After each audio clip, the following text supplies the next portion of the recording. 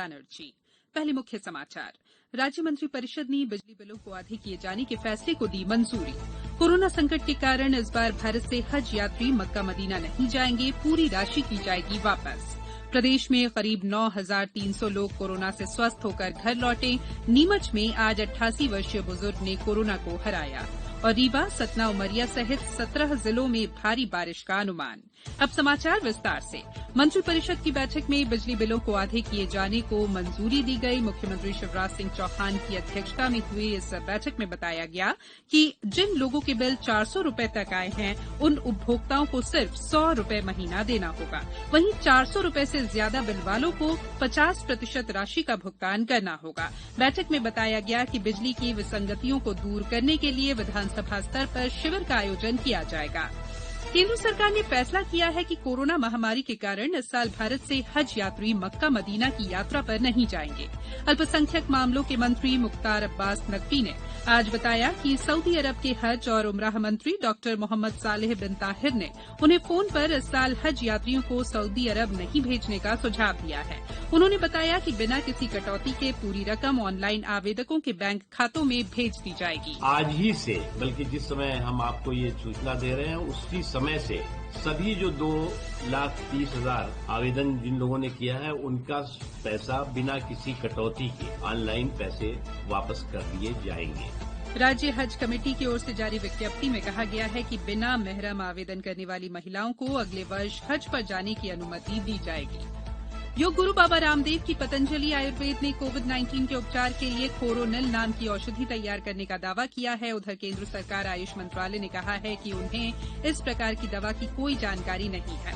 मंत्रालय ने बिना जांच के इस दवा का प्रचार नहीं करने को कहा है। वहीं इससे पहले उत्तराखंड के हरिद्वार में इस औषधि की शुरुआत करते हुए बाबा रामदेव ने कहा कि कोविड-19 के लिए पतंजलि ने आयुर्वेदिक चिकित्सकीय नियंत्रण, अनुसंधान, साक्ष्य और परीक्षण पर आधारित औषधि तैयार की है।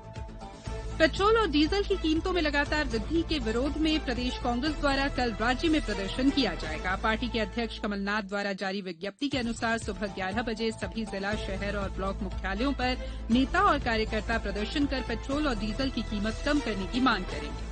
श्री नाथ ने कहा कि कोरोना महामारी के काल में जहां लोग राहत की उम्मीद लगाए बैठे हैं, वहीं केंद्र और राज्य सरकारें पेट्रोल डीजल की कीमत लगातार बढ़ाती जा रही है। उन्होंने आरोप लगाया कि इस वजह से महंगाई बढ़ रही है और आम जनता प्रभावित हो रही है।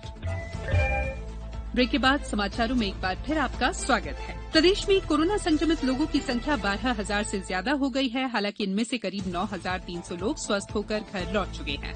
स्वास्थ्य मंत्री नरोत्तम मिश्रा ने बताया है कि राज्य में रिकवरी दर 76% हो गई है। अनूपपुर से हमारे संवाददाता ने बताया है कि जिला कोरोना मुक्त हो गया है। 5 वर्षीय बालिक सहित अंतिम चारों संक्रमितों को आज अस्पताल से छुट्टी दी गई। उधर नीमच में 88 वर्षीय बुजुर्ग कोरोना को हराकर घर लौटे। भोपाल में आज 37 नए मरीज मिले। इस बीच आज राजधानी के 3 अस्पतालों से 41 मरीजों को डिस्चार्ज किया गया। जबलपुर में 4 नए मरीजों के साथ संक्रमितों की संख्या 365 हो गई है। छिंदवाड़ा में आज 11 संक्रमितों का पता चला। सीधी में एक नए संक्रमित के साथ प्रभावितों की संख्या 19 हो गई है। खंडवा में आज 5 रिपोर्ट पॉजिटिव आई है और 51 नमूने नेगेटिव प्राप्त हुए हैं। कोरोना संकट को देखते हुए स्कूल के बाद अब कॉलेज के विद्यार्थियों को भी जनरल प्रमोशन दिया जाएगा। स्नातक प्रथम और द्वितीय वर्ष तथा स्नातकोत्तर द्वितीय सेमेस्टर के परीक्षार्थियों को बिना परीक्षा दिए अगली कक्षाओं में प्रवेश दिए जाने का फैसला किया गया है। विद्यार्थियों को उनके पिछले वर्ष या सेमेस्टर के अंकों या आंतरिक मूल्यांकन के आधार पर अगली कक्षा या सेमेस्टर में प्रवेश दिया जाएगा। इससे प्रदेश में स्नातकोत्तर के 17,77,000 परीक्षार्थियों को सुविधा होगी। स्नातक अंतिम वर्ष तथा स्नातकोत्तर चतुर्थ सेमेस्टर के परीक्षार्थियों के पूर्व वर्षों या सेमेस्टर्स में से सर्वाधिक अंक प्राप्त परीक्षा परिणाम को प्राप्तांक मानकर अंतिम वर्ष या सेमेस्टर के परीक्षा परिणाम घोषित किए जाएंगे।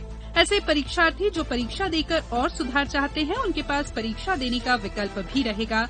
वे आगामी घोषित तिथि पर ऑफलाइन परीक्षा दे सकेंगे। आत्मनिर्भर भारत अभियान की तर्ज पर उमरिया जिले में आत्मनिर्भर मध्यप्रदेश अभियान की शुरुआत की गई है, जिसके तहत स्व सहायता समूहों की महिलाओं को रोजगार से जोड़कर आर्थिक रूप से स्वावलंबी बनाने के लिए कौशल उन्नयन प्रशिक्षण की शुरुआत की गई है। पेश है एक रिपोर्ट। पिछले दिनों मुख्यमंत्री शिवराज सिंह चौहान ने स्वयं सहायता समूहों के सदस्यों से वीडियो कॉन्फ्रेंसिंग के जरिए बात कर उनके द्वारा किए जा रहे कार्यों की जानकारी ली थी। साथ ही उन्हें स्थानीय स्तर पर ज्यादा से ज्यादा रोजगार के अवसर उपलब्ध कराने की बात कही थी। उमरिया कलेक्टर संजीव श्रीवास्तव ने बताया है कि इसी के तहत स्कूली विद्यार्थियों के गणवेश की सिलाई का कार्य स्वयं सहायता समूह की महिलाओं को सौंपा गया है। जैसे ही प्रशिक्षण पूर्ण होता है, इन लोगों को सिलाई मशीन या अन्य योजनाओं से जोड़कर इनको ऋण दिलाकर इनसे गणवेश तैयार कराया जाएगा, जो हमारे स्कूलों में सप्लाई किया जाएगा। इससे हमारे जिले में जो अत्यधिक राशि है, जो हमारे जिले से बाहर जाती थी गणवेश के नाम पर, वो हमारे जिले में ही रहेगी और इन महिलाओं को सबल बनाएगी और महिलाओं को आत्मनिर्भर बनाएगी। जिले में 74,000 से ज्यादा छात्र छात्राओं के लिए गणवेश सिलाई का कार्य किया जाना है। ऐसे में संकुल स्तर पर सेंटर स्थापित कर महिलाओं को ट्रेनिंग दी जा रही है। यहाँ दक्षता हासिल कर रही महिलाएं संभावित आमदनी को लेकर भी काफी उत्साहित हैं। मेरा नाम पूनम नायक है। इस लॉकडाउन में जो महिलाएं बहुत परेशान हुई है, उनके पास रोजगार कुछ भी नहीं मिल रहा था, तभी मुख्यमंत्री जी ने गणवेश सिलाई का काम दिए, जिसमें मेरे साथ 20 महिलाएं भी गणवेश सिलाई का काम सीख रही हैं, ट्रेनिंग दे रही हैं। मेरा नाम जय यादव है। हमारे यहाँ लॉकडाउन के दौरान सभी महिलाएं जो समूह से जुड़ी हुई हैं, वो सभी परेशान थी, कोई रोजगार नहीं मिल रहा था और हमारे यहाँ की महिलाएं बहुत खुश हैं और हम भी बहुत खुश हैं। कोविड-19 से पैदा हालात में जहां महिलाएं न सिर्फ आत्मनिर्भर बनेंगी, बल्कि अपने घर में आर्थिक रूप से भागीदारी भी कर पाएंगी। उमरिया से संतोष गुप्ता के साथ समाचार कक्ष से मैं राशिद अहमद खान। उपराष्ट्रपति, प्रधानमंत्री और केंद्रीय गृह मंत्री ने आज भारतीय जनसंघ के संस्थापक और प्रसिद्ध शिक्षाविद डॉक्टर श्यामा प्रसाद मुखर्जी की पुण्यतिथि पर उन्हें श्रद्धांजलि अर्पित की। सूचना और प्रसारण मंत्री प्रकाश जावड़ेकर ने भी उन्हें याद किया।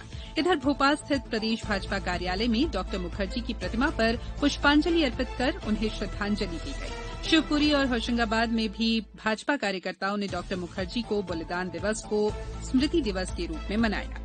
सतना में पूर्व विधायक शंकरलाल तिवारी ने डॉक्टर मुखर्जी की पुण्यतिथि पर कोरोना से बचाव के लिए जागरूकता अभियान चलाया। सदियों पुरानी और विश्व प्रसिद्ध रथ यात्रा ओडिशा के पुरी में कुछ शर्तों के साथ आज शुरू हो गई है। श्रद्धालु द्वारा खींचे जाने से पहले रथ पर झाड़ू लगाने की रस्म पुरी के गजपति महाराज दिव्य सिंह देव ने की। मुख्यमंत्री शिवराज सिंह चौहान ने भी प्रदेशवासियों को जगन्नाथ यात्रा की बधाई दी है। होशंगाबाद में जगन्नाथ मंदिर परिसर में भी परंपरा निभाते हुए रथ घुमाया गया। अब बात मौसम की। राजधानी भोपाल सहित प्रदेश के कई हिस्सों में बारिश का सिलसिला जारी है। मौसम विभाग के अनुसार उत्तर प्रदेश और गुजरात में ऊपरी हवाओं का चक्रवात और टर्फ लाइन के गुजरने के अलावा बंगाल की खाड़ी से लगातार नमी आ रही है, जिससे 2 दिन में मानसून के पूरे प्रदेश में छाने की संभावना जताई गई है। शिवपुरी से हमारे संवाददाता ने बताया है कि जिले में आज मानसून की पहली बारिश हुई, जिससे लोगों को गर्मी से राहत मिली। नीमच, होशंगाबाद, सतना, उमरिया जिले में आज बारिश होने से लोगों को उमस भरी गर्मी से राहत मिली है। डिंडौरी में कल रात से ही रुक रुक कर बारिश का दौर जारी है। मौसम विभाग ने रीवा, सतना, उमरिया, डिंडौरी, कटनी, जबलपुर, नरसिंहपुर सहित 17 जिलों में भारी बारिश का येलो अलर्ट जारी किया है। अब कुछ समाचार संक्षेप में। कृषि विज्ञान केंद्र ने टीकमगढ़ जिले में जुलाई के पहले सप्ताह तक सोयाबीन की बोनी की सलाह दी है। सीधी जिले में टिड्डी दल आज फिर दिखाई दिए। सेमरिया, बढ़ौरा, तेंदुआ, अमरवाह होते हुए टिड्डियों का दल सीधी शहर पहुंचा। गुना में मास्क न लगाने पर 21 मई से अब तक 1363 व्यक्तियों पर 1 लाख रुपए का जुर्माना वसूला गया।